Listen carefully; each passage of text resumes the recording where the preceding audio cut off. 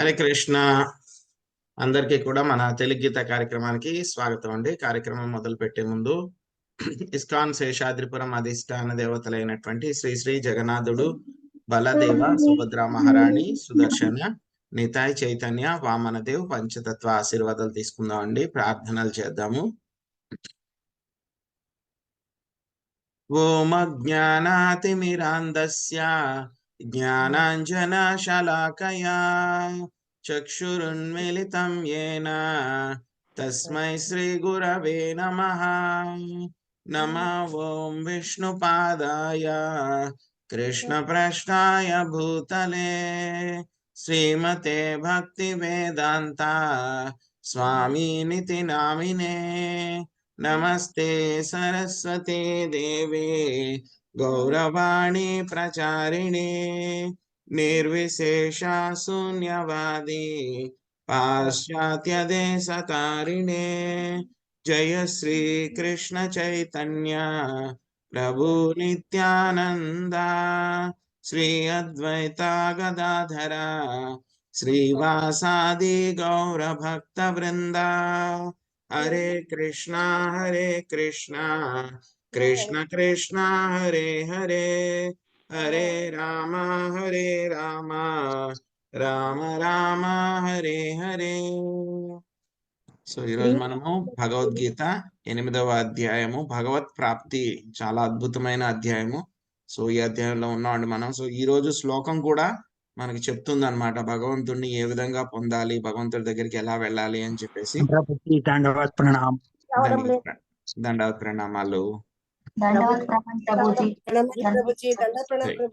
హరే కృష్ణ. దండవత్ ప్రణామాలు. హరే కృష్ణ ప్రభుజీ. హరే కృష్ణ మాతాజీ. హరే కృష్ణ. హరే కృష్ణ ప్రభుజీ. హరే కృష్ణ. హరే కృష్ణ. కృష్ణ ప్రభుజీ దండవత్ ప్రణామం. హరే కృష్ణ. సో భగవద్గీత 8వ అధ్యాయము 22వ శ్లోకము. పురుషస్స పర పార్థ భక్త్యా లబ్ధస్త్వనన్యయా యస్యాంతస్తాని భూతాని ఏన సర్వమిదం తత్. సర్వుల కన్నను అధికుడైన దేవాది దేవుడు అనన్య భక్తి చేతనే పొందదగినవాడు. ఈ సెంటెన్స్ చాలా చాలా ముఖ్యమైనటువంటిది అన్నమాట. సో కేవలము అనన్య భక్తి చేతనే పొందదగినవాడు. అతడు తన దివ్య ధామమునందు నిలిచి ఉన్నను సర్వవ్యాపి అయి ఉన్నాడు, మరియు అతని అందే సమస్తము స్థితిని కలిగి ఉన్నది.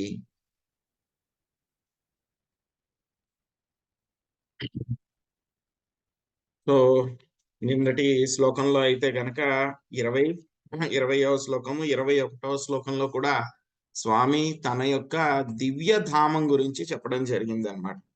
సో ఏం చెప్పారు దివ్య ధామం గురించి? వేదాంతులు దేనిని అవ్యక్తము అక్షరమని వర్ణింతురో, ఏది పరమ గమ్య స్థానముగా తెలియబడుచున్నదో, ఏ స్థానమును పొందిన పిమ్మట మనుజుడు వెనకకి తిరిగి రాడో, అది ఏనా దివ్య ధామము. సో 21వ శ్లోకంలో కూడా యొక్క వైకుంఠం ఏ విధంగా ఉంటుంది, దివ్య ధామం ఆధ్యాత్మిక ప్రపంచాలు ఏ విధంగా ఉంటాయి అని చెప్పి మనకి చెప్పారనమాట. సో ఈ యొక్క శ్లోకంలో మనకి చెప్తున్నారనమాట. ఏం చెప్తున్నారు? అందరికంటే కూడా చాలా అధికుడైనటువంటి దేవదేవుడు శ్రీకృష్ణ భగవానుడు, ఎలా అతన్ని పొందగలము? ఈ అధ్యాయం హెడ్డింగ్ ఏంటి మనకి? భగవత్ ప్రాప్తి. సో భగవంతుడిని మనం ఏ విధంగా పొందాలి? సో ఈ శ్లోకం దాన్ని ఒక్క సెంటెన్స్ లో అన్నమాట, ఒక్క వాక్యంలో చెప్పేస్తుంది. ఏం చెప్తుంది? సర్వుల కంటే అదుకుడైన దేవదేవుడు కేవలము అనన్య భక్తి చేతనే, భక్తి చేస్తేనే మాత్రమే ఆయన దొరుకుతాడు. కేవలం భక్తి చేస్తేనే మాత్రమే దొరుకుతాడు. సో మరి కేవలం భక్తి చేస్తే మాత్రమే దొరుకుతారు అని అంటే కనుక స్వామి భగవద్గీతలో మనకి మిగతావన్నీ ఎందుకు చెప్పారు? కర్మయోగం గురించి చెప్పారు, నిష్కామ కర్మయోగము, సకామ కర్మయోగము, ధ్యాన యోగము, జ్ఞాన యోగము, వీటన్నిటి గురించి కూడా ఎందుకు చెప్పారు? అవన్నీ కూడా చెప్పాల్సిన అవసరం లేదు కదా. కేవలం భక్తి గురించి ఒకటి చెప్పేస్తే గనక అయిపోతుంది కదా. అంటే గనక దానికి కూడా ఒక కారణం ఉందన్నమాట. ఏంటంటే గనక భక్తి అనేటువంటిది అన్నిటికంటే కూడా చాలా ఉత్కృష్టమైనటువంటిది అన్నమాట. అందరూ కూడా భక్తి చేయలేరు. శ్రీకృష్ణ భగవానుడికి అందరూ కూడా భక్తి చేయలేరు. ఎలా అయితే కనుక విద్యార్థులు అందరూ కూడా ఐఐటికి వెళ్ళగలరా? వెళ్ళలేరు. ఎవరో కొంతమంది, కొన్ని లక్షల మందిలో కొంతమంది మాత్రమే ఐఐటికి వెళ్ళగలరు. సో అన్ని ఐఐటీలే పెడతామంటే కనుక మరి మిగతా వాళ్ళు ఎక్కడ చదువుకుంటారు? ఐఐటీల కన్నా తక్కువ వేరే ఇంజనీరింగ్ కాలేజెస్ ఉంటాయి, ఎన్ఐటీలు ఉంటాయి, మామూలు కాలేజీలు ఉంటాయి, ఇంకా ఆర్ట్స్ కాలేజీలు ఉంటాయి. సో ఎవరికి ఎంతైతే కనుక చదువుకోగలిగేటువంటి సామర్థ్యం ఉందో దాని ప్రకారం వాళ్ళందరికీ కూడా కాలేజీలు ఉండాలి. ఎందుకంటే స్వామి ఇవన్నీ అరేంజ్ చేశారంటే కనుక మన కుటుంబంలో కూడా చూస్తాం. ఒక వ్యక్తికి ఒక 5 కుమారులు ఉన్నారనుకోండి, 5, 10 మంది ఉన్నారనుకోండి, అందరూ ఉన్నతమైన తెలివితేటలు ఉన్నటువంటి వాళ్ళే ఉండరు. కొంతమందికి బాగా ఎక్కువ తెలివితేటలు ఉండొచ్చు, కొంతమందికి తక్కువ తెలివితేటలు ఉండొచ్చు, మూర్ఖులు కూడా అయి ఉండొచ్చు, మందబుద్ధులు కూడా అయి ఉండొచ్చు. అలాగని చెప్పేసి తండ్రి వాళ్ళని పోషించడం మానేస్తాడా? వీడికి తెలివితేటలు లేదని ఇంట్లోంచి బయటికి పంపించేస్తాడా? పంపించడు. ఎవరైతే తెలివి తక్కువ ఉన్నాడో వాడిని కూడా చూసుకుంటారు తండ్రి. అలాగే స్వామి కూడా మనకి ఎవరైతే ఈ యొక్క భక్తి యోగం చేయలేరో వాళ్ళ కోసం కూడా వేరే పద్ధతులన్నీ కూడా చెప్పడం జరిగిందనమాట. కర్మయోగము, జ్ఞానయోగము, ధ్యాన యోగము ఇవన్నీ కూడా చెప్పాను. మరేమవుతుంది? మిగతా యోగాలన్నీ కూడా చేస్తే ఏమవుతుంది? ఈ యొక్క ధ్యాన యోగం ఇవన్నీ కూడా చేస్తే మహా అయితే ఎక్కడికి వెళ్తారు? మహర్లోకము, జనలోకము, తపోలోకము, మహా ఇంకా బాగా చేసేస్తే కనుక బ్రహ్మలోకం దాకా వెళ్తారు. కానీ ఏమైనా ఉపయోగం ఉందా బ్రహ్మలోకంలోకి వెళ్ళినా? ఏమీ లేదు. కొన్ని శ్లోకాల ముందే చూసాం. బ్రహ్మదేవుడి యొక్క ఆయుర్దాయం ఎంత ఉంటుంది? ఆయన ఆయుర్దాయం అయిన తర్వాత ఆయన కూడా ఆయన రోజుల లెక్కల్లో 100 సంవత్సరాలు అయిన తర్వాత ఆయన కూడా మరణిస్తారు. సో ఆయన మరణించిన తర్వాత మొత్తం యొక్క సృష్టి, ఒక విశ్వం ఏదైతే ఉందో మొత్తం అంతా కూడా నాశనం చేయబడుతుంది. అందరూ కూడా మళ్ళీ కారణోదక సాయి విష్ణు యొక్క శరీరంలోకి వెళ్ళిపోతారు. సో మళ్ళీ ఎప్పుడైతే సృష్టి జరుగుతుందో మళ్ళీ కొత్త బ్రహ్మగారు ఎప్పుడైతే పుడతారో మళ్ళీ జీవులందరూ మళ్ళీ బయటకు వస్తారు. అలాగే మనము ఎన్నిసార్లు గర్భోదక సాయి విష్ణు యొక్క శరీరంలోకి, కారణోదక సాయి విష్ణు యొక్క శరీరంలోకి వెళ్ళి బయటకు వచ్చామో మనకే తెలియదు. సో అన్ని సార్లు మనం వెళ్ళి రావడం ఇవన్నీ కూడా జరిగిందనమాట. సో కాబట్టి భక్తి చేస్తే మాత్రమే మనము భగవంతుణ్ణి పొందగలుగుతాం అన్నమాట. సో ఇంతకు ముందు యుగాల్లో అయితే కనుక ఈ యొక్క భక్తి చేయడం అనేటువంటిది చాలా చాలా కష్టం అన్నమాట. చూస్తాం మనం సత్యయుగంలో, త్రేతాయుగంలో, ద్వాపరయుగంలో కూడా. వాళ్ళు సత్యయుగంలో అయితే వాళ్ళు ఏం చేసేవారంటే భాగవతంలో కూడా డిస్క్రిప్షన్ వస్తుంది అనమాట. పృథు మహారాజు ఆయన రాజ్యాన్ని వదిలిపెట్టి వెళ్ళిపోయిన తర్వాత అడవికి వెళ్ళి భయంకరంగా చాలా కష్టమైనటువంటి యొక్క ధ్యానయోగం అంతా కూడా ఆయన చేస్తారనమాట. ఎండాకాలంలో చుట్టూ మంటలన్నీ కూడా పెట్టుకుని కూర్చుంటారు. చలికాలంలో నీటిలో మునిగి ఆయన తపస్సు చేస్తూ ఉంటారు. ఈ విధంగా చాలా కఠినమైనటువంటి తపస్సు అంతా కూడా చేసిన తర్వాత చివరికి అతనికి భగవత్ సాక్షాత్కారం దొరుకుతుందన్నమాట. కానీ చైతన్య మహాప్రభు ఏం చేశారు? మనందరికీ కూడా చాలా తేలిగ్గా ఇచ్చేశారు. కలియుగంలో అందరూ కూడా మందబుద్ధులు. వీళ్ళకి ఓపిక లేదు, శక్తి కూడా లేదు, తెలివితేటలు లేవు, వీళ్ళ ఆయుర్దాయం చాలా తక్కువ, వీళ్ళకి ఎవరైనా చెప్పినా సరే వినరు అని చెప్పేసి ఏం చేశారు? మనందరికీ కూడా ఈ యొక్క భక్తి అనేటువంటిది చాలా సింపుల్ గా చేసేసారు అన్నమాట. ఏం చేశారు? సంకీర్తన యజ్ఞం చేయండి అని చెప్పారు. హరే కృష్ణ కృష్ణ కృష్ణ హరే హరే హరే రామ రామ రామ హరే హరే. సో స్వామి ఎలా ఉంటారు అని అంటే గనక ఆయన తన యొక్క దివ్యధామంలోనే ఉంటారు. తన యొక్క దివ్యధామంలోనే ఉంటారు. ఎలా ఉంటుంది ఆ యొక్క ధామము? చింతామణి ప్రకర సద్మ సుకల్ప వృక్ష లక్షాభృతేషు సురభీరభిపాలయంతం లక్ష్మీ సహస్ర శత సంభ్రమ సేవ్యమానం గోవిందమాది పురుషం తమహం భజామి. ఎలా ఉంటాయంటే అవన్నీ కూడా అక్కడ ఉండేటువంటివన్నీ కూడాను మనలాగే ఇళ్ళన్నీ కూడా సిమెంట్ తోని ఇటుకలతోని తయారు చేసుకోరు. అవన్నీ కూడా ఎలా ఉంటాయంటే ఇళ్ళన్నీ కూడా అక్కడ ఉండేవి చింతామణులతోటి ఉంటాయన్నమాట. టచ్ స్టోన్ అన్నమాట. చింతామణి ప్రకర సద్మసు. అక్కడ అన్ని ఏముంటాయంట? చెట్లన్నీ కూడా కల్ప వృక్షాలు అన్నమాట.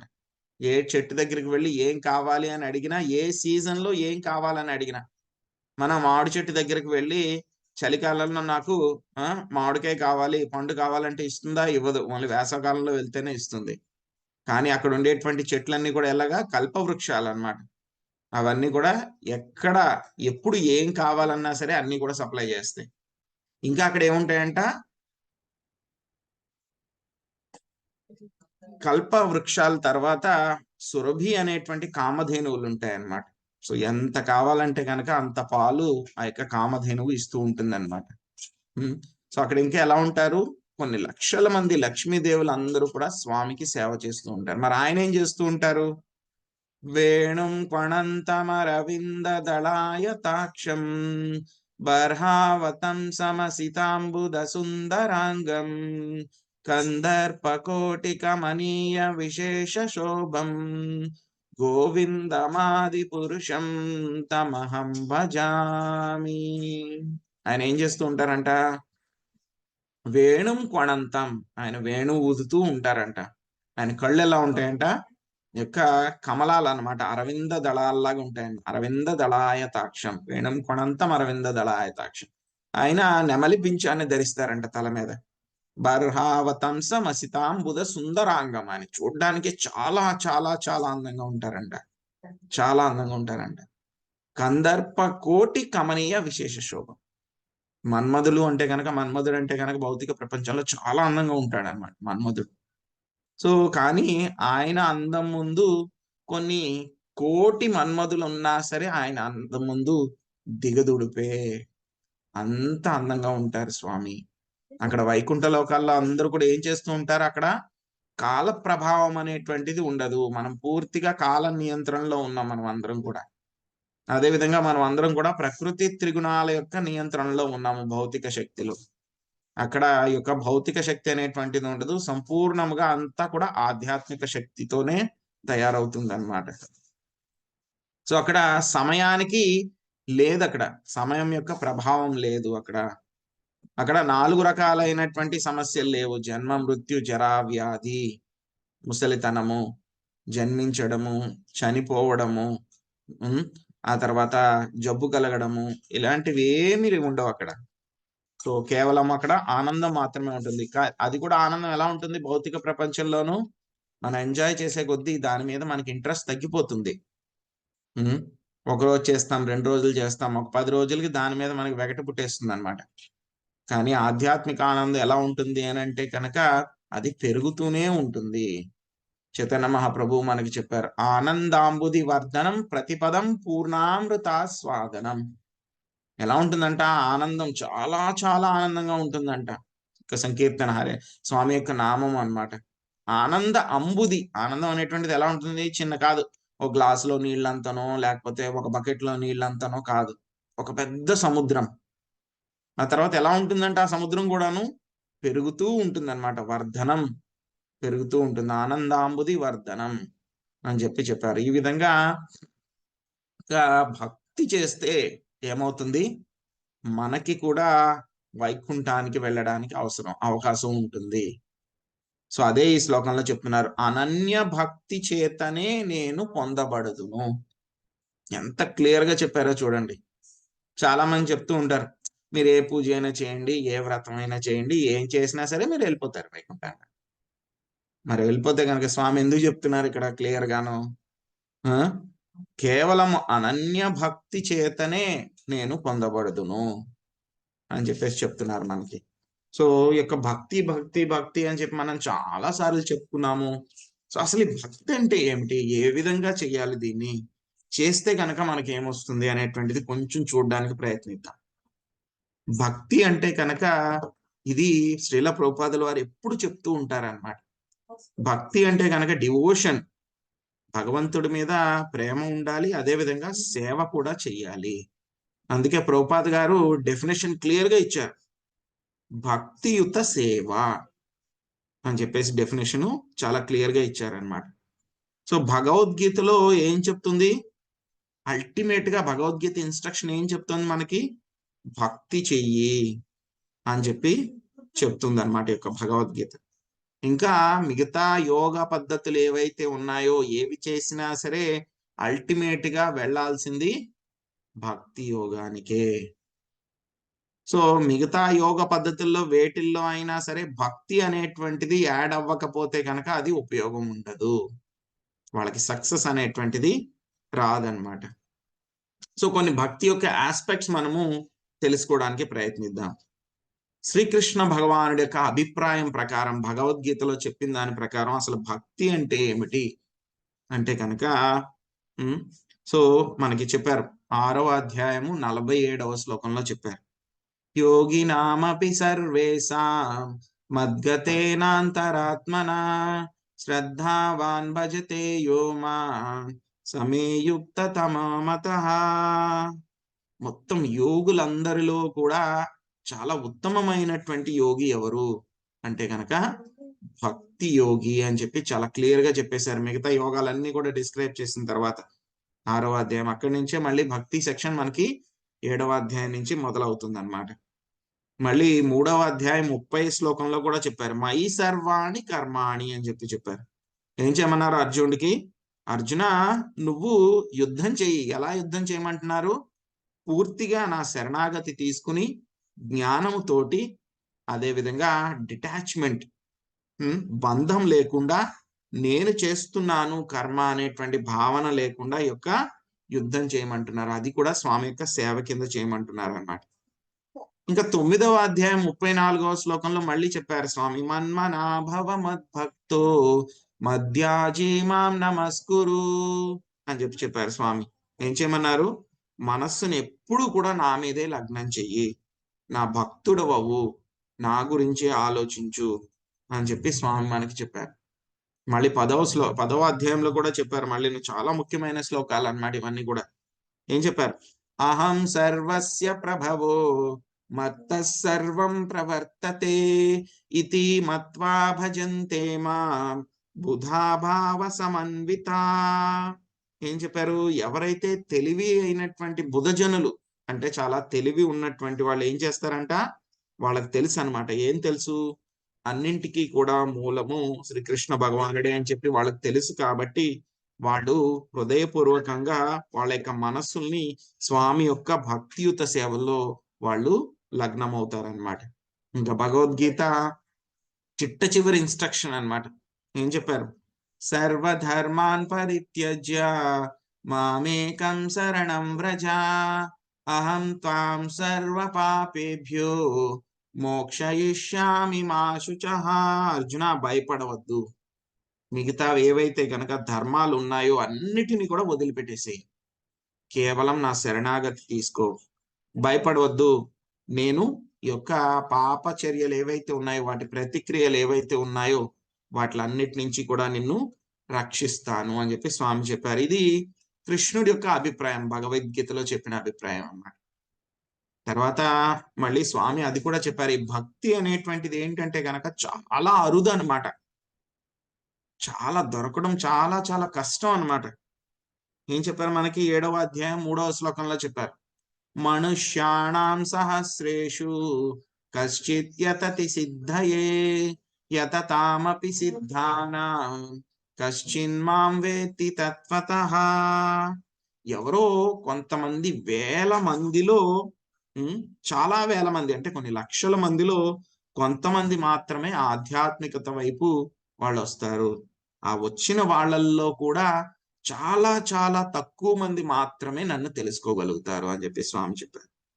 తర్వాత మళ్ళీ ఏం చెప్పారు, ఆ విధంగా చాలా రేర్ అని చెప్పిన తర్వాత మళ్ళీ మనకి చెప్పారు 7వ అధ్యాయంలోనే చెప్పారు, బహునాం జన్మనామంతే జ్ఞానావాన్ మాం ప్రపద్యతే వాసుదేవా సర్వమితి సమహాత్మా సదుర్లభః.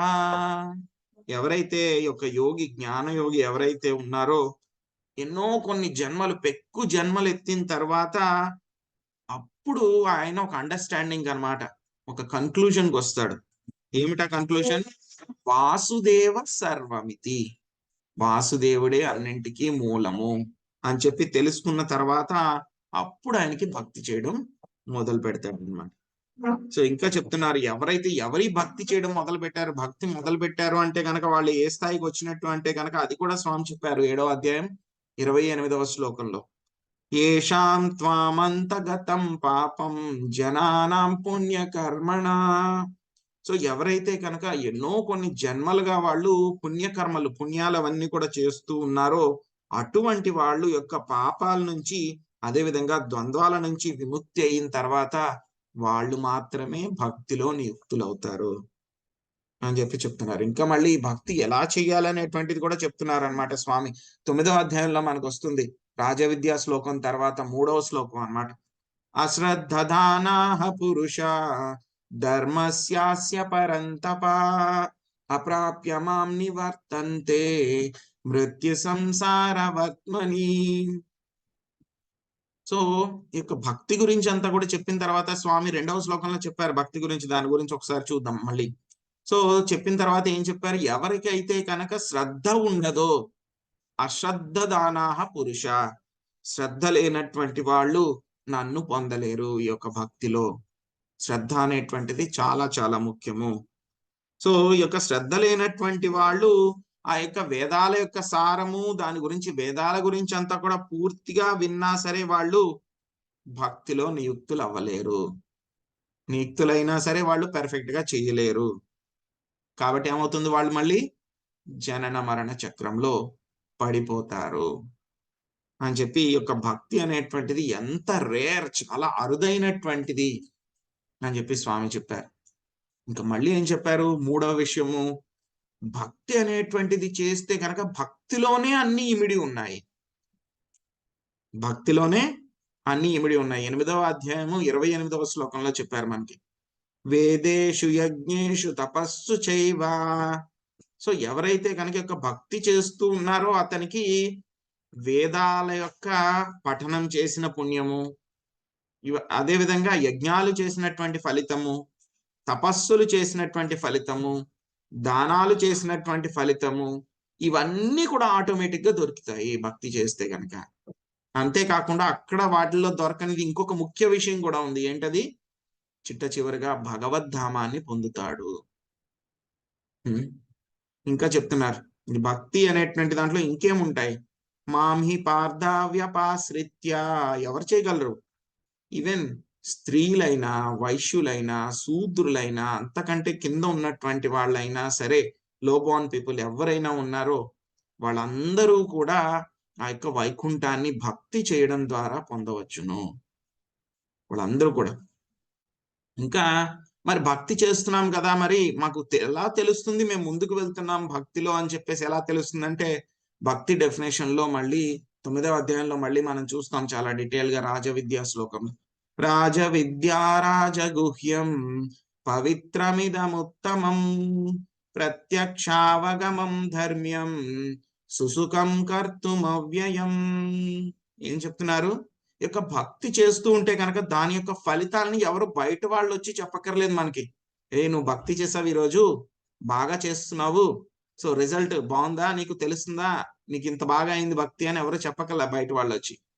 మనంతట మనకే తెలిసిపోతుంది, నేను భక్తి సరిగ్గా చేస్తున్నానా లేదా, భక్తి చేస్తుంటే నేను ముందుకు వెళ్తున్నానా లేదా, నాకు ఆనందం వస్తుందా లేదా అని చెప్పి ఆటోమేటిక్ గా మనకే తెలిసిపోతుంది అనమాట. సో భక్తిలోనే అన్ని ఇమిడి ఉన్నాయన్నమాట. మనం దేనికోసం బయటికి వెళ్ళక్కర్లేదు భక్తి వదిలిపెట్టి, భక్తిలోనే అన్ని ఉన్నాయి. ఇంకా భక్తి లేకపోతేనే మిగతావేమి కూడా సరిగ్గా చెయ్యలేరు ఎవరును. జ్ఞానయోగులైనా ధ్యానయోగులైనా భక్తిలోనే మొత్తం అన్ని ఇమిడి ఉన్నాయన్నమాట, అన్ని ఫలితాలు.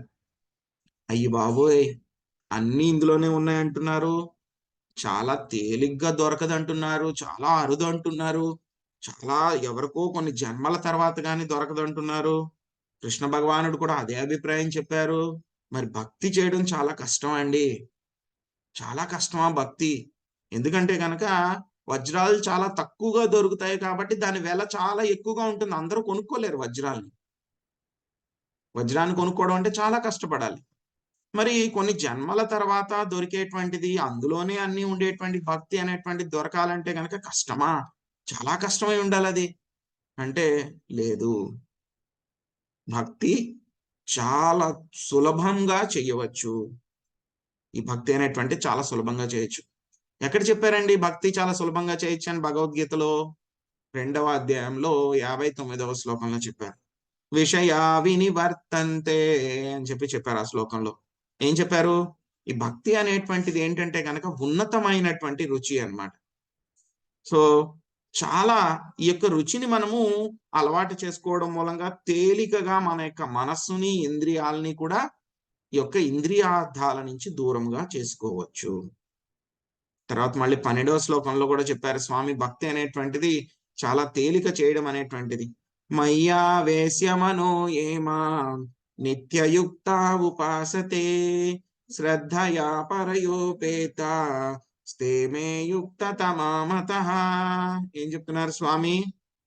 ఎవరైతే కనుక వాళ్ళ యొక్క మనస్సులని నా యొక్క రూపం మీద ధ్యానం చేస్తూ ఉంటారో వాళ్ళు చాలా పెర్ఫెక్ట్ అన్నమాట. పెర్ఫెక్ట్ వాళ్ళందరూ కూడా.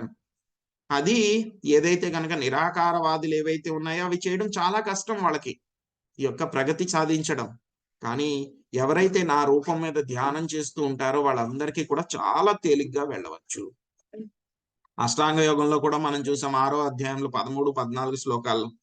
సమం కాయ శిరోగ్రీవం. ఎలా చేయాలి అష్టాంగ యోగము?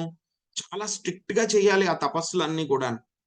శరీరాన్ని నిటారుగా పెట్టాలి, ఆసనం చాలా పైన ఉండకూడదు, కింద ఉండకూడదు, జింక చర్మాన్ని వేసుకోవాలి, దెబ్బలు వేసుకోవాలి, సరైన డైరెక్షన్ లో ఉండాలి, ప్రాణాయామం చేయాలి, మనస్సును నియంత్రించుకోవాలి. చాలా చాలా కష్టం ఇవన్నీ. అర్జునుడు అవన్నీ విన్న తర్వాత నా వల్ల కాదు ఇవన్నీ నేను చేయలేను అని చెప్పేశారు ఆయన.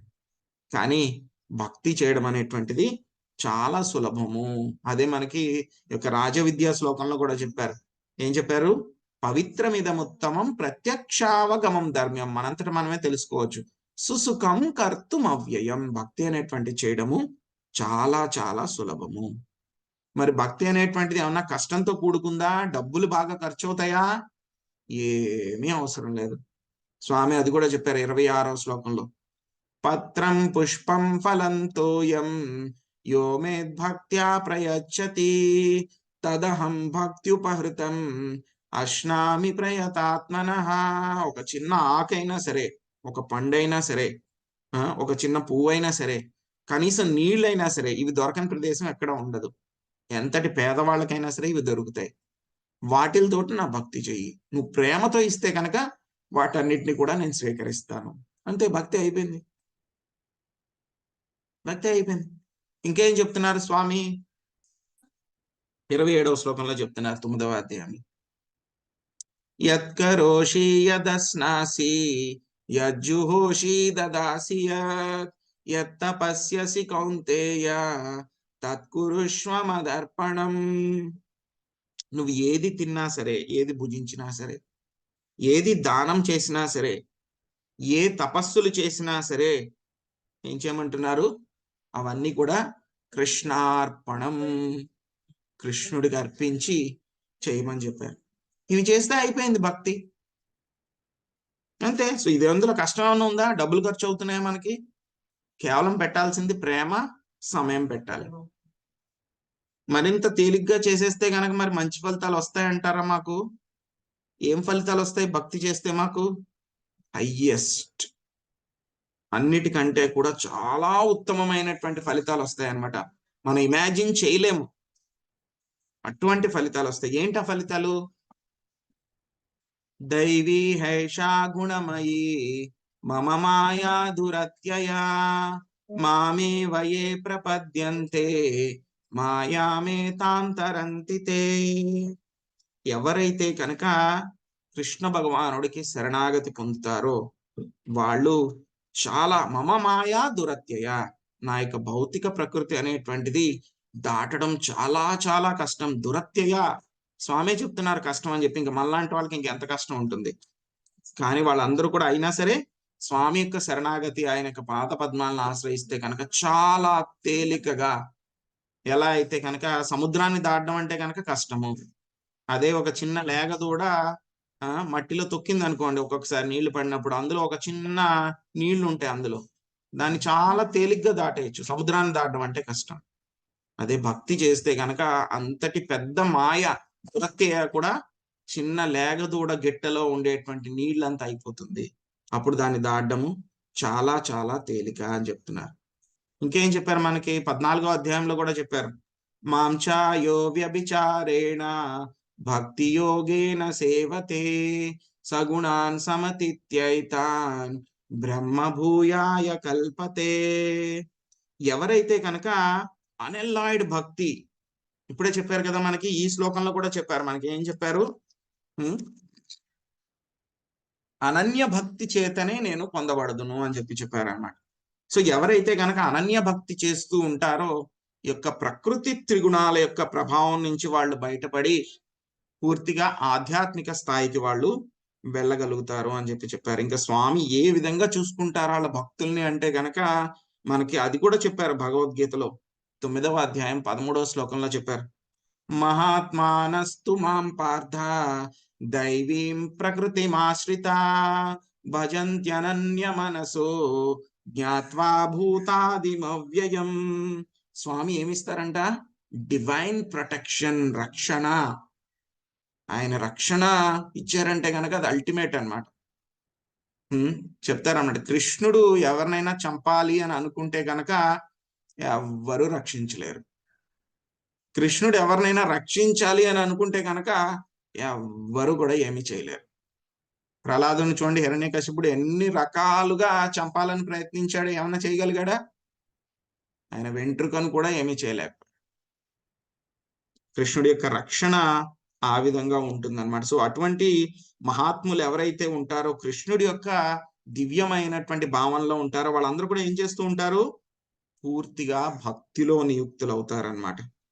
మళ్ళీ స్వామి తర్వాత వెంటనే చెప్తున్నారు, అనన్యాశ్చింతయంతో మాం ఏ జనాం పర్యుపాసతే తేషాం నిత్యాభియుక్తానాం యోగక్షేమం వహామ్యహం.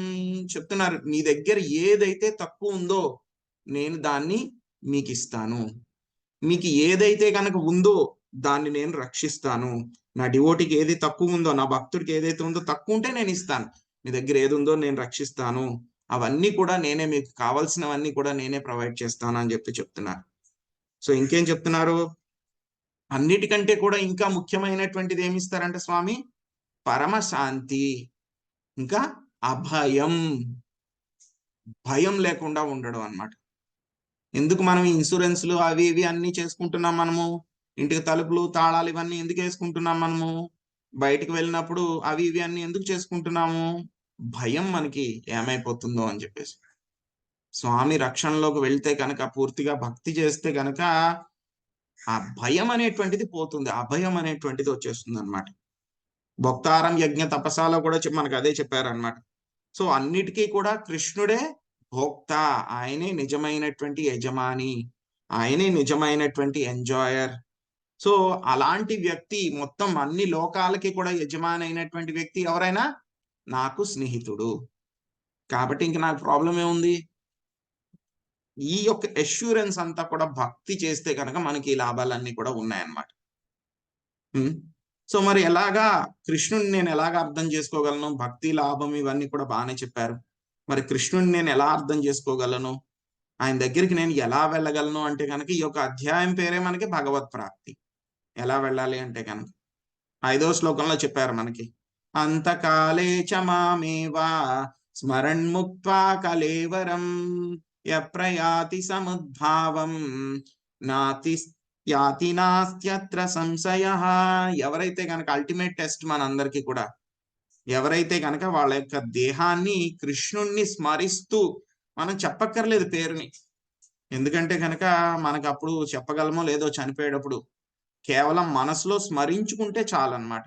కృష్ణుని స్మరించుకుంటూ వెళ్తే ఆయనే చూసుకుంటారు. అందుకే ఏం చెప్పారు ఆయన మనకి 12వ అధ్యాయం 7వ శ్లోకంలో కూడా చెప్పారు. ఆయన ఏం చెప్పారు?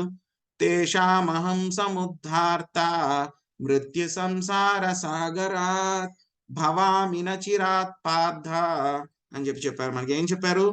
ఎవరైతే కనుక నా భక్తులు ఎవరైతే ఉన్నారో వాళ్ళని నేను చాలా శీఘ్రంగా ఈ యొక్క భౌతిక ప్రపంచం అనేటువంటి ఈ యొక్క సముద్రంలో జనన మరణాలు ఏవైతే కనుక జరుగుతూ ఉంటాయో దాంట్లోంచి నేను రక్షిస్తాను. చాలా శీఘ్రంగా వాళ్ళని నేను తీసుకుని వస్తాను బయటికి అని చెప్పి చెప్తారనమాట.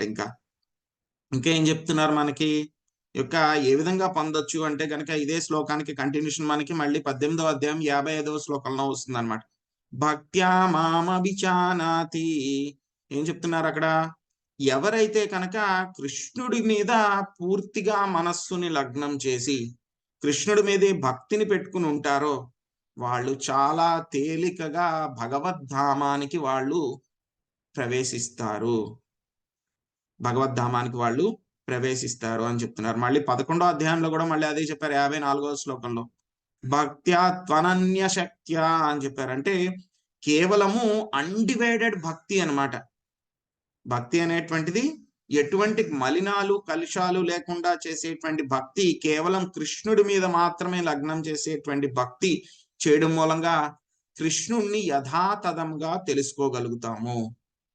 తెలుసుకున్న తర్వాత కొన్నాళ్ళకి కృష్ణుణ్ణి చూడగలుగుతాము.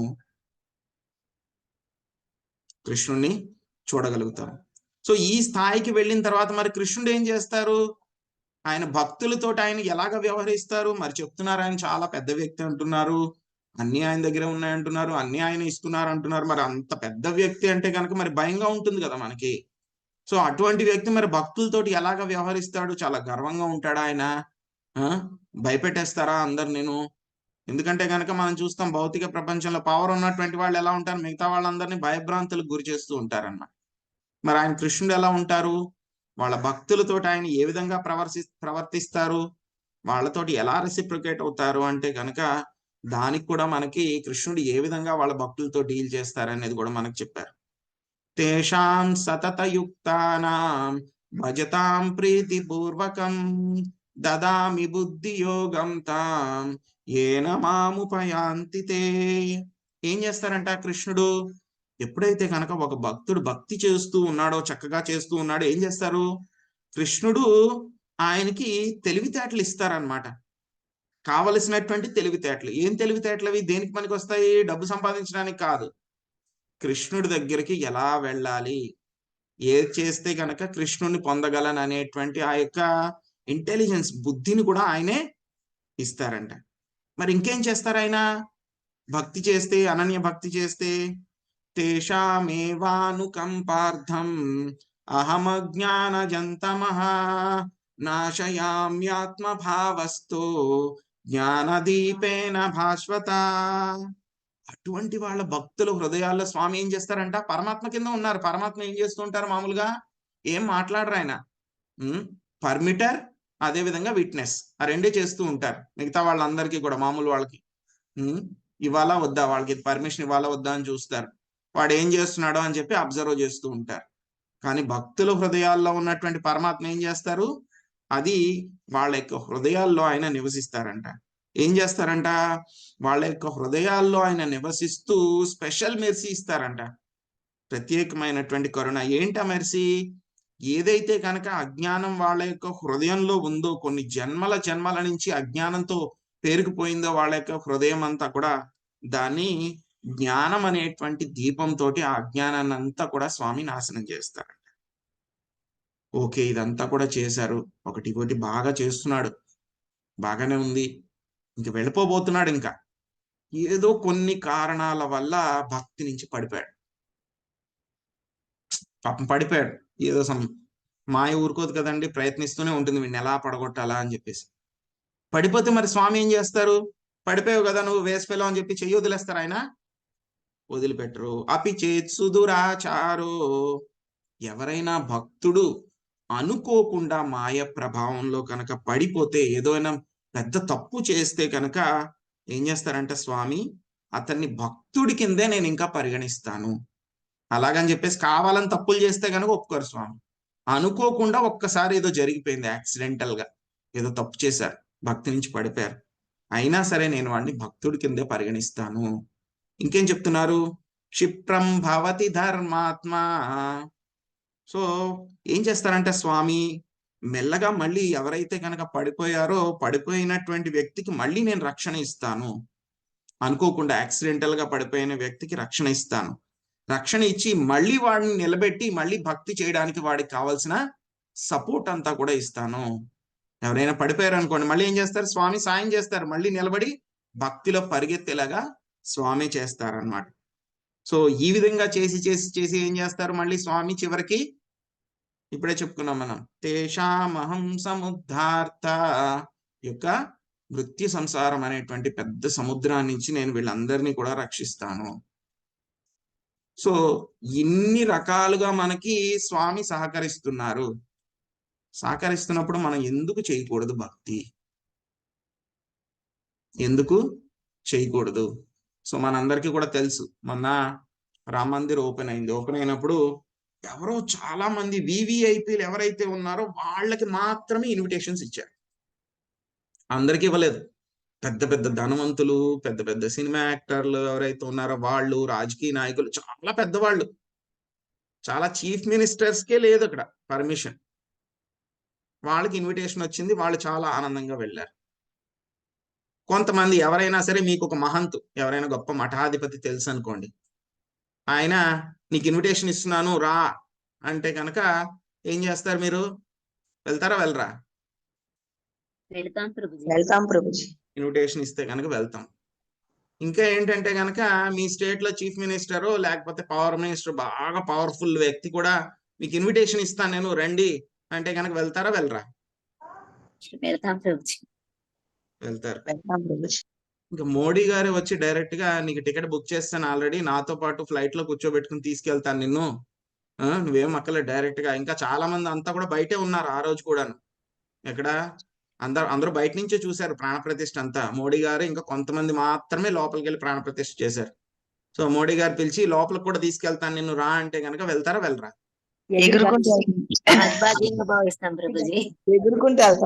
ఎగురుకుంటూ వెళ్తారు.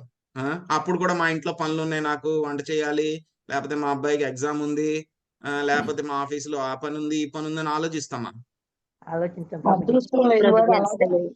అలాంటి అవకాశం మళ్ళీ రాదు కదా అని అసలు ఎటువంటి సమస్యలనే వెళ్తాం.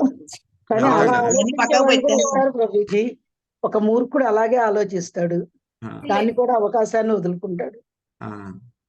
మరి కృష్ణుడు భగవద్గీతలో ఇంతలా చెప్తున్నాడు, చెయ్యి చాచి చాపుతున్నాడు, రా వచ్చే ఇక్కడ ఉండొద్దు అని చెప్తున్నాడు. మరి మనం ఎందుకు వెళ్ళట్లేదు? వెళ్ళాలి ప్రభు. బంధనాలు పోయి, భౌతిక బంధనాలు, అజ్ఞానం మాయలో పడిపోయి కర్మ బంధనాలు చిక్కుకొని, నాకు అది అర్జెంట్ ఉంది, ఆ పని ఉంది, ఈ పని ఉంది, నాకు ఆ కష్టం ఉంది, ఈ కష్టం ఉంది, ఇది అది అని చెప్పేసి మనం ఏదో ఒక వంక పెట్టుకుని ఆయనకు భక్తి చేయకుండా ఎందుకు ఇక్కడే కూర్చుంటున్నాం మనం?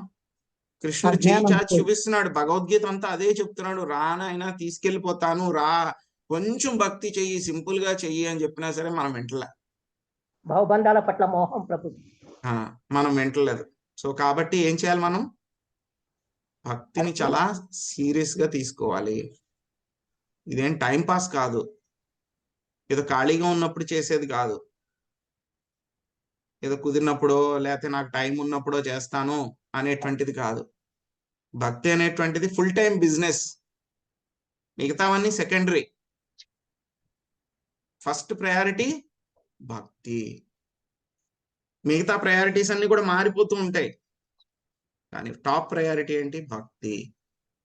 చూసాం కదా భక్తి గురించి ఎంత డీటెయిల్ గా చెప్పుకున్నాం. స్వామి భగవద్గీతలో ఎన్ని రకాలుగా చెప్తున్నారు. భక్తి దొరకడం చాలా కష్టం నాయన, చాలా తేలిగ్గా చేయొచ్చు, భక్తిలోనే అన్ని ఉన్నాయి, ఒక్క భక్తి చేస్తే చాలు నా దగ్గరకు వచ్చేస్తావు నువ్వు, నీకు ఇంతలాగా సపోర్ట్ చేస్తాను, భక్తి చేస్తూ పడిపోయినా సరే మళ్ళీ నేను ప్రొటెక్షన్ ఇస్తానని చెప్పినా సరే మనమే ఇంకా ఆలోచిస్తున్నాం, ఇది కరెక్టేనా కాదా ఈ పద్ధతి, ఇంకేమన్నా కొంచెం తర్వాత చేద్దామా, ఒక 5 years తర్వాత చేద్దామా, ఒక 1 year తర్వాత నేను సీరియస్ అయిపోతాను, ఆ పలానా పని అయిపోయిన తర్వాత నేను చేస్తా, మా అబ్బాయికి ఉద్యోగం వచ్చాక చేస్తా, లేకపోతే గనక మా బాధ్యతలన్నీ కూడా పూర్తి అయిపోయిన తర్వాత చేస్తా అని చెప్పి కూర్చుంటే గనక మనకి టైం ఉంటుందా? మన టైం ఎంత ఉందో తెలీదు. సో కాబట్టి ప్రహ్లాద్ మహారాజ్ మనకు చెప్పారు, ఏం చెప్పారు? కౌమారాచరేత్ ప్రజ్ఞ ధర్మాన్ భాగవతానిహ. ఎప్పటి నుంచి మొదలు పెట్టాలంట భక్తి? 5 సంవత్సరాల వయసు దగ్గర నుంచి భక్తి మొదలు పెట్టాలంట. ఏదో చివరైపోయినప్పుడు, ముసలైపోయినప్పుడు, కాళ్ళు చేతులు పనిచేయనప్పుడు, చెవులు అవి పనిచేయనప్పుడు అప్పుడు కాదు భక్తి చేయడం. భక్తి అనేటువంటిది 5 సంవత్సరాల నుంచి మొదలు పెట్టాలి. ఏదో మనకు అదృష్టం లేదు, ఇప్పటిదాకా మనకు తెలియదు, ఎవరో చెప్పలేదు, ఈ రోజైనా మనం తెలుసుకున్నాము, అంటే కనుక ఈ రోజు నుంచి మొదలుపెట్టు. చైతన్య మహాప్రభు చాలా తేలిగ్గా ఇచ్చేసారు మనకి భక్తి అనేటువంటిది పొందడం. మిగతా యుగాల్లో అయితే కనుక యజ్ఞం చేయాలంటే కనుక ఎంత ఖర్చుతో కూడుకున్న పని, చాలా చాలా కష్టం. సక్సెస్ వస్తుందా అంటే కూడా చాలా కష్టం. కానీ ఏమవుతుంది, మన ఇంట్లో కూర్చొని హరే కృష్ణ కృష్ణ కృష్ణ హరే హరే, హరే రామ రామ రామ హరే హరే. ఏ ఖర్చు ఉండదు. మీ ఇంట్లో మీ సోఫాలో కూర్చోండి, లేకపోతే కింద కూర్చోండి, ఫ్యాన్ వేసుకోండి, ఏసీ వేసుకోండి, కూర్చొని భగవంతుడి మీద ధ్యానం చేస్తూ మీ జపా బ్యాగ్ లో చేయి పెట్టుకుని స్వామి మీద మనసు పెట్టి ఏ విషయాల మీద కూడా డీవియేట్ అవ్వకుండా జపం చేసుకోండి. అయిపోయింది భక్తి. ఇంకా కుదిరిందా, మీరు ఎక్కువగా స్వామికి ఏమన్నా భోగా అర్పించుకోండి, 4 నియమాలు పాటించండి ప్రభుపాద్ గారు చెప్పినట్లు, అంతే అయిపోయింది భక్తి. కుదిరితే భక్తుల సాంగత్యం తీసుకోండి, భగవద్గీత భాగవతం చదవండి, నేర్చుకోండి. ఖర్చు పెట్టాలా దీనికి? ఏమన్నా లక్షలు ఏమన్నా ఖర్చు పెట్టాలా? ప్రతి నెల ఏమన్నా వేలు డిపాజిట్ చేయాలా దీంట్లో? ఏం అవసరం లే. చాలా తేలిగ్గా చేయొచ్చు, ఖర్చు లేని పని. అయినా సరే ఎందుకు చెయ్యట్లేదని మనం ఆలోచించుకోవాలన్నమాట. సో బయటకు చెప్పడం కాదు, కానీ మనంతట లోపల మన మనసులో మనం ఆలోచించుకోవాలి, ఎందుకు ఇది చెయ్యట్లేదు నేను, వాట్ ఈస్, ఎందుకు నన్ను పట్టి వెళ్ళకుండా భక్తి చేయకుండా ఏది నన్ను ఆపేస్తోంది అనేటువంటిది మనకి ఒక్కొక్కరికి ఒక్కొక్కటి ఉంటాయి అవి. కాబట్టి అదేంటి అని ఐడెంటిఫై చేసుకోవాలి. కూర్చుని దాన్ని వదిలిపెట్టి దాన్ని కట్ చేసుకుని ఈ రోజు నుంచే, ఈ క్షణం నుంచే భక్తి చేయడం మొదలు పెట్టండి. ఎందుకంటే భక్తి ద్వారా మాత్రమే కృష్ణుణ్ణి పొందగలము, వేరే ఏది పనికిరాదు. హరే కృష్ణ.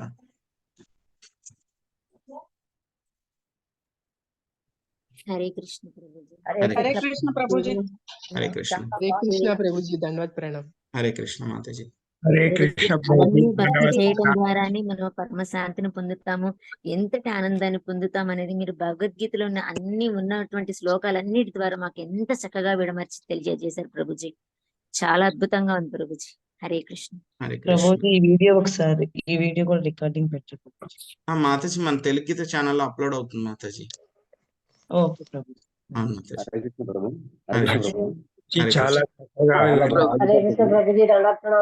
హరే కృష్ణ. హరే కృష్ణ ప్రభుజీ. ధన్యవాద ప్రణాం. హరే కృష్ణ. హరే కృష్ణ ప్రభుజీ. ధన్యవాద ప్రణాం ప్రభుజీ. హరే కృష్ణ. హరే కృష్ణ ప్రభుజీ. ధన్యవాద ప్రభుజీ. హరే అందరం కృష్ణ. ఉన్నప్పుడైతే బాగానే కృష్ణ చేస్తున్నాం ప్రభుజీ. ప్రభుజీ. దండవత్ ప్రణామం. ఏదైనా అకేషన్స్ కి అట్లా వచ్చినప్పుడు ఇప్పుడు మీరు చెప్పినట్టు అనిపిస్తుంది ప్రభుజీ. టైం పాస్ దండవత్ ప్రణామం. అనిపిస్తుంది. అంటే భక్తి మీది ఫస్ట్ ప్రయారిటీ కాదనమాట. అంటే చేస్తే ఎక్కిరిస్తున్నారు ప్రభుజీ. మీకంటే కాదు, అందరికీ కూడా. మిమ్మల్ని ఏమి ఐడెంటిఫై చేయట్లేదు, ఇంక్లూడింగ్ మీ అన్నమాట, నాకు కూడా కలిపే. భక్తి అనేటువంటిది ఫస్ట్ ప్రయారిటీ కాదు, అదే సెకండ్ పొజిషన్ లోనో థర్డ్ పొజిషన్ లోనో ఉంది ఇప్పుడు. ఇంకా కొంతమందికి అయితే కనుక లాస్ట్ పొజిషన్ లో ఉంది. మిమ్మల్ని కాదు మాతాజీ, అందరికీ కూడా అన్నమాట. ఇప్పుడు ఎట్లయిపోయింది ప్రభు, ఏమన్నా ముసలోళ్ళు అయిపోయిందా? ఇప్పుడు చేస్తున్నారు ప్రభు. హరే కృష్ణ ప్రభు. ప్రభుజీ బాగా అద్భుతమైన ఉపమానాలతో మాకు ఎంత బాగా అర్థమయ్యేలాగా అసలుకి ఇలా అరటిపండు తోలు ఒలిచి మాకు నోట్లో పెట్టినట్టుగా భలే ఎగ్జాంపుల్స్ తో చెప్పారు ప్రభుజీ. చాలా బాగుంది ప్రభుజీ. హరే కృష్ణ. అంతా గురువులు కృప, శ్రీల ప్రభుపాద అర్థమయ్యే వారి రీతిగా కృప. మీరు అలాంటి ఎగ్జాంపుల్స్ ఇవ్వడం చాలా గొప్ప విషయం ప్రభుజీ. మాకు అర్థమయ్యే రీతిగా అలాంటి ఎగ్జాంపుల్స్ తీసుకొచ్చారు, అది చాలా విశేషం ప్రభుజీ. హరే కృష్ణ. హరే కృష్ణ. అంతా శ్రీల ప్రభుపాద వారి యొక్క కృప, గురువుల కృప మాతాజీ. హరే కృష్ణ. క్లాస్ స్టార్ట్ అయినప్పుడు ఎవరన్నా వస్తే అది చెప్పలేకపోతున్నాం ప్రభుజీ. అది వాళ్ళతో మాట్లాడాల్సి వస్తుంది. అయితే కుదిరినంత హరే వరకు కృష్ణ చేయండి ప్రభు. మాతాజీ, కుదిరినంత హరే వరకు. కృష్ణ ప్రభు. హరే కృష్ణ. హరే కృష్ణ. ప్రభు ఇప్పుడు ఎట్లయిపోయిందంటే మనకు కొంతమంది చూసే వాళ్ళు కొంచెం చాలా మంది ఎట్లా అంటారు అంటే, అరే మీరు ఇప్పుడే ముసలోళ్ళు అంటారు ప్రభు. చాలా మంది ఇదే క్వశ్చన్ వేస్తారు అనమాట. మనం ఏం చెప్పినాం అనుకో, భగవద్గీత చదవాలంటే పెద్ద మనసు అయినాక చదవాలి, ఏదో జాబ్ లో రిటైర్మెంట్ అయినట్లు భక్తి కోసం ఆలోచిస్తారు ప్రభు చాలా మంది. అదేనండి తప్పు. మనకి అలాగా నూరు పోస్తారు అనమాట అందరికీ కూడా. భక్తి అంటే కనుక ఎప్పుడో లాస్ట్ లో ముసలోళ్ళు అయిపోయిన తర్వాత ఇంక దేనికి పనికి రాకపోతే కనుక అప్పుడు పనికి చేయాలని రావాలంటే అప్పుడు చెప్పేసి. బట్ శాస్త్రం అలా చెప్పట్లేదు కదా. ప్రహ్లాద్ మహారాజ్ ఏం చెప్తున్నారు, ఆయనకి 6 సంవత్సరాలు, వాళ్ళ ఫ్రెండ్స్ అందరికీ కూడా ఎంత 5-6 సంవత్సరాలు, వాళ్ళకే చెప్తున్నారు ఇప్పుడే మొదలు పెట్టాలరా మీరు భక్తి అని. శ్లోకం ఇప్పుడు చెప్పడమే మనము వాళ్ళకి. ఇప్పుడు అవును ప్రభు, చిన్నప్పటి నుంచి కనుక బిగిన్ చేస్తే అసలు వాళ్ళ జీవితంలో కష్టాలు ఎలా ఎదుర్కోవాలి అన్ని తెలుస్తాయి. అవేమి తెలియకపోవడం వల్లే మేము ఇప్పుడు చాలా లేట్ గానే అనుకున్నాం. మా పేరెంట్స్ నీకు ఇంకా 60 ఏళ్ళు వచ్చాయా, ఇప్పుడు నుంచి ఎందుకు 30లోనే అవసరమా అంటారు. కానీ అవసరమే అని మనకు తెలుస్తుంది ఏంటి దీంట్లో విన్న తర్వాత, ప్రతిదీ తెలుసుకున్న తర్వాత. కాకపోతే ఇంకా బాగా అభివృద్ధి చేసుకోవాలనే ప్రయత్నం అయితే చేయాలి ప్రభుజీ. అవును, అవునండి. ప్రభుజీ ఇప్పుడు చాలా మంది చిన్న ఇంట్లో చిన్న వాళ్ళే పిల్లలకి వెనకలు అవుతారు ప్రభుజీ మనం ముందుకు వెళ్తుంటే. ఇప్పుడు పేరెంట్స్ కి చెప్పలేకపోతున్నాం. వాళ్ళు కూడా ఒక ఏజ్ వచ్చాక మీరు కూడా వినాలి, దీంట్లోకి రావాలంటే నువ్వు వింటున్నావు, అసలు నీకు ఇప్పుడే అవసరమా అలా మాట్లాడతారు అనమాట. వాళ్ళకి తెలియదు, దాని గురించి చెప్పినా వినరు. ఇంకా అలాంటి వాళ్ళు మరి ఏం చేయాలో నాకు అర్థం కాదు. పేరెంట్స్ అంటారు, ఫ్రెండ్స్ కానీ అందరూ అంతే. ఏం చేస్తున్నావు ఈ టైంలో అంటే, ఈ టైంలో నేను కొంచెం బిజీ ఉంటాను, ఇప్పుడు నేను కాల్స్ లిఫ్ట్ చేయి. దాదాపు నాకు తెలిసి భగవద్గీత, భాగవతం ఇవి వింటున్న దగ్గర నుంచి ఈ టైంలో ఏమి కాల్స్ లిఫ్ట్ చేయట్లేదు. అది కంప్లీట్ అయిపోయిన తర్వాత నేనే చేస్తున్నాను అనమాట. అప్పుడు అంటున్నారు, ఇప్పటి నుంచి ఎందుకు నీకు అనేసి. వాళ్ళకి దాని వాల్యూ తెలియదు కాబట్టి ఆ విధంగా అంటున్నారు. వాల్యూ తెలిస్తే గనుక వాళ్ళు కూడా చేస్తారు. అవును వాల్యూ ప్రభు, తెలిసేలా చెప్పాలి వాళ్ళకి. అవును ఎస్ ప్రభు. ప్రభుజీ. చిన్నపిల్లలకి ప్రభుజీ కూడా మనం మన ఇస్కాన్ టెంపుల్స్ ద్వారా చాలా ఆ, మంచి జరుగుతుంది ప్రభు. అంటే చిన్నపిల్లలకి కూడా ఉంది కదా, కిడ్స్ కి కూడా భగవద్గీత గురించి. అవునండి, ఉందండి. అంటే వాళ్ళకి అర్థమయ్యే రీతిలో వాళ్ళకి చెప్తారు కదా ప్రభుజీ. ఆ అవునండి, క్లాసెస్ మేము అవునండి. అందరికీ కూడా ఉంటాయి అన్నమాట. సో ఎవరైతే చిన్నపిల్లలు ఉంటారో వాళ్ళకి సెపరేట్ గా ఉంటాయి. ఎవరైతే గనక యూత్ ఉంటారు కదా, టీనేజ్ లో ఉండే వాళ్ళు, వాళ్ళకి సెపరేట్ గా ఉంటాయి. ఎవరైతే గృహస్థులు ఉంటారో వాళ్ళకి ఉంటాయి. బాగా పెద్దవాళ్ళు ఎవరైతే ఉంటారో వాళ్ళకి సెపరేట్ గా ఉంటాయి అన్నమాట. అలా రకరకాలుగా ఉంటాయి. అదే ప్రభు. ప్రభుజీ ధన్యవాద హరే ప్రణామాలు. కృష్ణ. సో థ్యాంక్ యూ అండి అందరికి కూడా జాయిన్ అయినందుకు. శ్రీల ప్రభుపాదుల వారి యొక్క కృప వల్లనే మనం ఇంతలాగా చెప్పుకోగలుగుతున్నాం. అసలు భగవద్గీత పట్టుకునే ఒక అర్హత మనకు వచ్చింది. అందులో ఉన్న శ్లోకాలు అర్థం చేసుకోవడానికి కూడా మనకు అర్హత వచ్చిందంటే అంత గురువులు శ్రీల ప్రభుపాదుల వారి యొక్క కృప. శ్రీల ప్రభుపాదికి వాంఛాకల్పతరుభ్యశ్చ కృపా సింధుభ్యైవ చ పతితానాం పావనేభ్యో వైష్ణవేభ్యో నమో నమః. అనంత కోటి వైష్ణవ బృందకి, శ్రీల ప్రభుపాదికి, నితాయ్ గౌర్ ప్రేమానందే. హరి హరి బోల్. హరే కృష్ణ. హరే కృష్ణ ప్రభుజీ ధన్యవాదాలు.